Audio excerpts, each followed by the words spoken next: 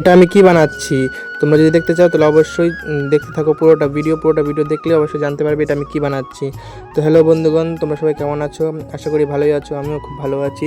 তো আমি পরশুদিন গিয়েছিলাম কোচবিহার রাসমেলা দেখতে। তো সেখান থেকে আমি আজকে বাড়ি ফিরলাম। সে বাড়ি ফিরেই ঠাকুমা বলে কি যে এই ভোলা বানানো হয়নি, ভোলা বানানে। তো আমি বললাম যে বানাবো, যে খড় কোথায়? তখন ঠাকুমা খড় নিয়ে আসলো, খড় নিয়ে এসে আমাকে দিল যে এই নে এটা দিয়ে বানা।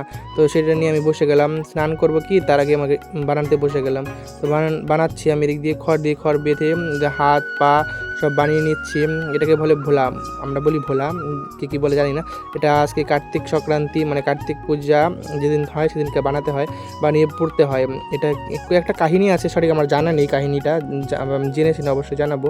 তো এদিকে হাত পা সব বানানো হয়ে গেছে, সব বানিয়ে আমি তারপর এটাকে জোড়া দিয়ে একদম কমপ্লিট করে নিচ্ছি। এটাকে পরে সন্ধ্যাবেলা পরবো। সন্ধ্যাবেলা কেমন করে পরবো, কী করবো, এটার জন্য পরে একটা ভিডিও আসবে, পরে ভিডিওতে অবশ্যই সব দেখতে পারবে।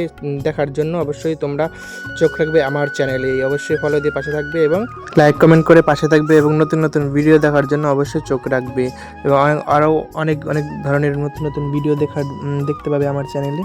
তো কী সব হয় সেটাই দেখতে পারবে।